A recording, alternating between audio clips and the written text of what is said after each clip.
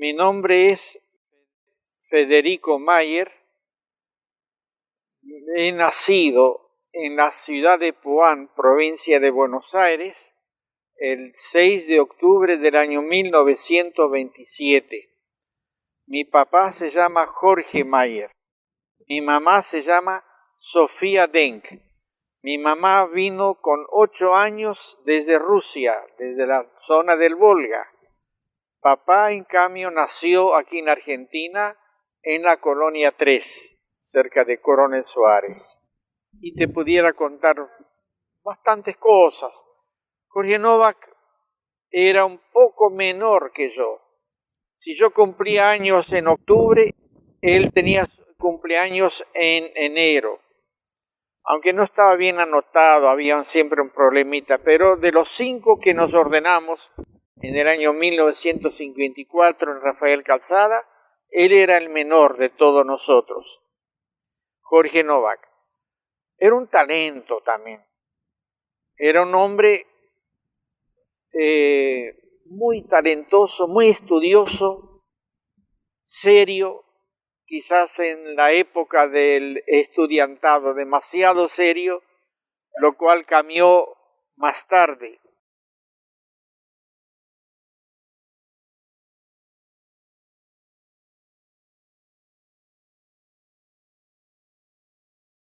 En el día de su entrada en la congregación, que fue en nuestro pueblito de San Miguel Arcángel, la congregación del Verbo Divino abrió un preseminario en nuestro pueblo. Y yo fui uno de los del primer año, ¿no?, que entró. Éramos 13 en total del primer año, de los cuales un servidor llegó al sacerdocio por la gracia de Dios. Al año siguiente llegó Jorge Novak también, de esta manera. Como eran familia humilde, familia carenciada, pero muy buena, muy religiosa, no tenían un vehículo. El papá de Jorge Novak tenía un carro y 4 o 5 caballos con los cuales iba siempre a la pampa a cortar leña y traía la leña al pueblo para venderla a las panaderías y a todos los que quisieran. De esto vivía. Puede imaginarse uno, porque vivimos bastante lejos de la pampa, puede imaginarse uno cuántas noches pasaría el papá de Jorge Novak debajo del carro durmiendo. No, solamente lo podría saber él, ¿no? Pero en el día en que entró Jorge Novak en este preseminario de la congregación en San Miguel Arcángel, el papá trajo el colchón al hombro, ¿no? Y él venía al lado caminando. Era un chiquito, papá era un hombre alto. Y él sabía contar una anécdota que tiene relación conmigo, pero que de lo cual yo no me acuerdo, pero como Jorge Novak tenía esa memoria tan feliz, le tengo que creer. Dice: vos, Federico, me recibiste muy bien cuando yo entré acá. ¿Y por qué?, le preguntaba. Porque yo parece que yo andaba un poco triste, ¿no? Claro, abandonar su familia y todo eso, andaba un poco triste. Y entonces vos pusiste tu mano en el bolsillo, sacaste un chocolate y me lo diste. Eso contaba él. No me puedo recordar de ese hecho, pero tengo que creer en Jorge Novak, ¿no?, que era tan memorioso. Y siempre le gustaba, que ese es otro tema que podemos tratar también de él, le gustaba la historia. Jorge Novak, como estudiante del seminario menor ahí en San Miguel, también en Esperanza, Santa Fe, donde hicimos el seminario menor, Jorge Novak no jugaba al fútbol. Jorge Novak a lo sumo jugaba ajedrez o otro juego y jueguito así de más bien de quietud, no de mucho movimiento. Pero al fútbol no. Cuando todos los muchachos nos vestíamos y nos preparaban para jugar un partido solemne de fútbol de aquella época, él estaba en eso. Y también aprovechaba cuando estaban las aulas vacías, porque nuestras aulas siempre tenían algún cuadro o de San Martín, de Belgrano, o de una batalla de Maipú, de Ayacucho, lo que sea, y él estaba delante de estas imágenes, de estos cuadros, tarareando algún canto, lo que sea, tranquilo, y sabía describir perfectamente cómo se operó la batalla, quién era San Martín, quién era Belgrano, y los otros héroes que teníamos así en nuestras aulas de estudio. Era ya un hombre estudioso de la historia. Eso era lo que más le gustaba.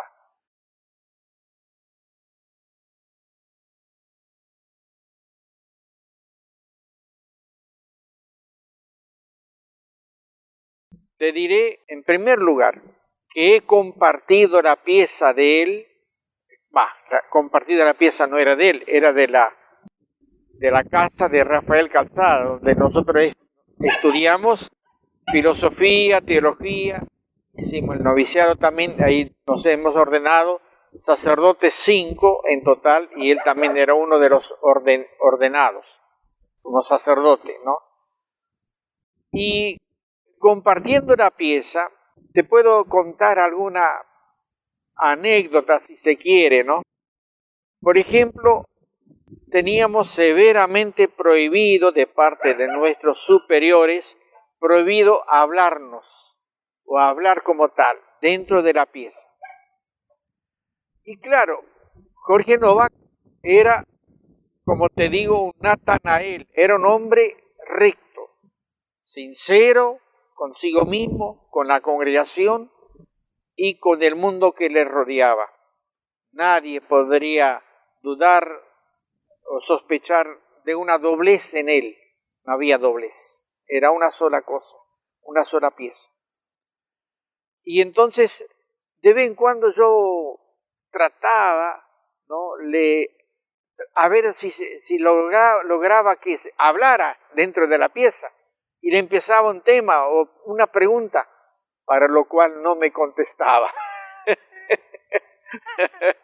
No me contestaba. ¿Por qué? Porque él quería cumplir con lo que se mandaba de la parte de la superioridad. Una anécdota también interesante, esa también sucedió en nuestro cuarto cuando compartíamos la pieza, ¿no? Porque Jorge Novak tenía un oído musical muy desarrollado. Él era capaz de cantar a prima vista, como se dice en el idioma musical, si se quiere, ¿no? O sea, veía una partitura y ya le salía el tono. Fue probado varias veces por un gran maestro de músico que teníamos nosotros en Rafael Calzada, el padre Miguel Cons, que era profesor de música, que era director de coro, director de banda, director de orquesta. También Jorge Novak tocaba junto conmigo en la banda y en la orquesta. Él tenía lo que se llama el corno, que es un instrumento de lata, ¿no?, pero que tiene un sonido muy lindo, muy hermoso, muy importante. Ese instrumento tocaba él, muy afinado su oído, ¿no? Y tú sabes, también para el canto gregoriano tiene solo 4 pentagramas, no 5 como la música moderna. Y se escribe un poco distinto también, más bien cuadrado, etcétera, etcétera. Pero él las dominaba también. Entonces, el padre Miguel Cons, que era el director del coro y también del canto gregoriano, y como teníamos todos los domingos la segunda misa en canto gregoriano, había que ensayar, ¿no? En gregoriano todo, los kiries y también la parte variable. Él después fue nombrado por Miguel Cons, el que ensayaba mayormente no era más Miguel Cons, era Jorge Novak, ¿no? Todavía no era sacerdote, pero le faltaba poco, ¿no?, ya en los años superiores. Y todavía vivimos juntos, arriba. Digo arriba porque las piezas nuestras estaban en el segundo piso, lo llamábamos el Palomar, porque eran puras piezas, ¿no?, que todavía existe hoy todo eso. Y entonces, claro, ensayaba el canto gregoriano con los cantores que eran 10, 11, 12, ¿no?, todos estudiantes también, como él. pero lo respetaban, pero le sobraban tiempo, para ahí 5 minutos, 8 minutos, 10 minutos sobraban, antes de que tocase al mediodía para rápidamente irnos todos al templo, a la iglesia que teníamos, o tenemos todavía, para rezar y hacer el examen particular y la oración del mediodía, que es costumbre, era costumbre en aquellos tiempos entre los verbitos, y hay todavía hoy en día casas que lo siguen observando. Y entonces, como le sobraba un tiempito, no perdía tiempo. Él subía la escalera, no había ascensor, había una escalera muy alta, la subía, entraba en la pieza, ¿no? Así se paraba delante de la mesita donde él tenía sus libros y cuadernos para estudiar, se paraba y hacía la señal de la cruz devotamente, rezaba una breve oración y se sentaba, ¿no? Empezaba a estudiar, o a veces quería empezar a estudiar y ya tocaba otra vez el timbre para terminar el estudio. Se volvía a levantar, volvía a hacer devotamente la señal de la cruz, ¿no? Rezaba un poquito y se iba. Ese hecho yo no lo puedo olvidar, porque era un ejemplo de entereza, que no había en él falsedad. Era piadoso porque él amaba a Dios, ¿no? Y quería la congregación también, ¿no?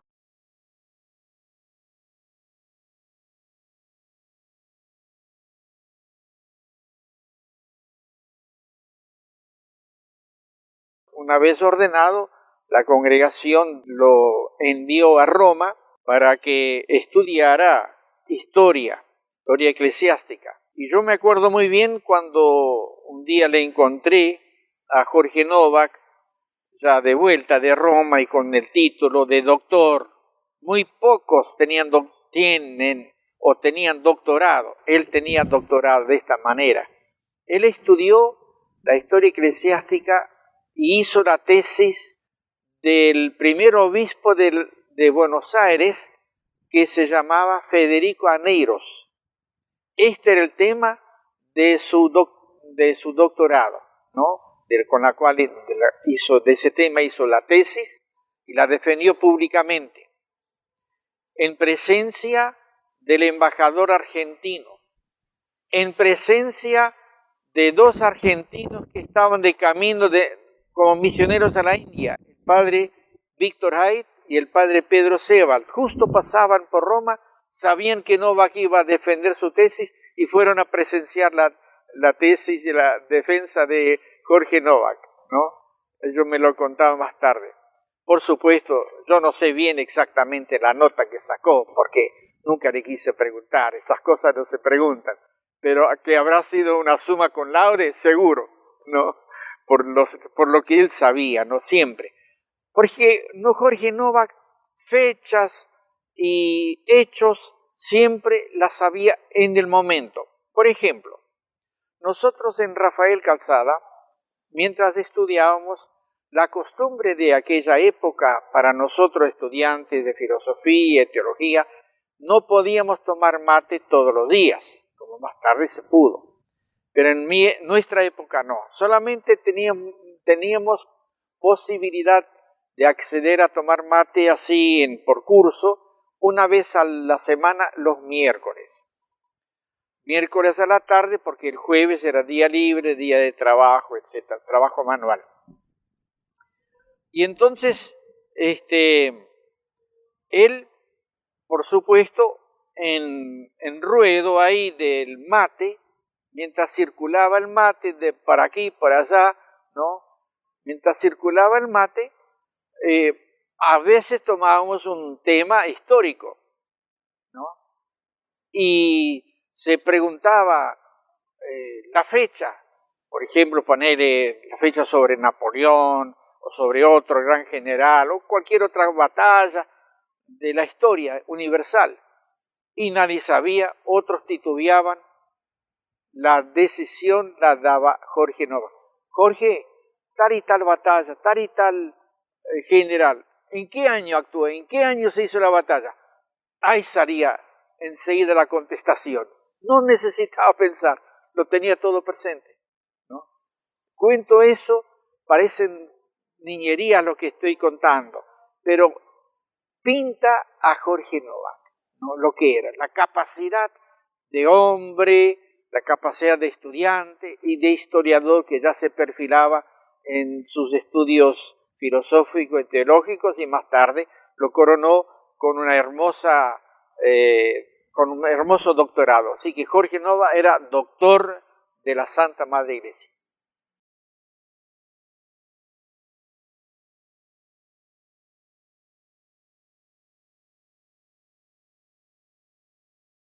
A mí me parece que Jorge Novak tenía un gran amor a la humanidad, al hombre como tal, porque Jorge Novak era más bien retraído, no era comunicativo, era así serio, muy buen estudiante, muy buen compañero. Más tarde la Santa Madre Iglesia lo nombró obispo de allá de Quilmes, ¿no? Él en aquel entonces era provincial de la Congregación del Verbo Divino de la provincia sur, que llamamos nosotros acá en Argentina.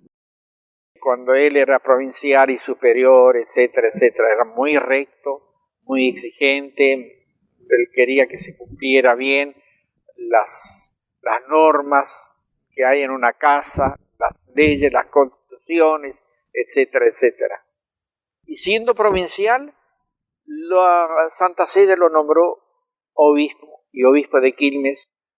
Él mismo un día relató, y estuve presente, lo escuché, dice: cuando yo fui a Quilmes, es decir, como obispo, ¿no?, de Quilmes, yo empecé a caminar junto al hombre. Esta fue la expresión exacta que él empleó y que la repito ahora, para dar un testimonio de Jorge Novak. Cuando fui a Quilmes empecé a caminar junto al hombre. Y hay que tener en cuenta, en esa época, la represión militar muy fuerte que había en nuestra patria, y que él tenía muchos problemas justamente por ese motivo, ¿no? Y él llevaba un cuaderno todo anotado, todas las cosas que la gente le contaba, y trataba de ayudar a todo el mundo. Es decir, él se asoció al dolor de esta gente que sufría, que tenían un pariente, un hijo, un hermano, mamá, papá, que estaban siendo perseguidos o que ya habían sido eliminados de la vida. Él sufría junto con esta gente, vivía con el dolor del pueblo, ¿no? Lo cual yo nunca hubiera sospechado, yo nunca hubiera visto a Novak desde ese punto de vista, porque lo conocía muy bien, pero como él mismo dio el testimonio, caminé junto al hombre, tengo que creerlo, no hay otra vuelta, porque él era de una sola faz, él no tenía doble, no había un doble Novak, había un solo Jorge Novak.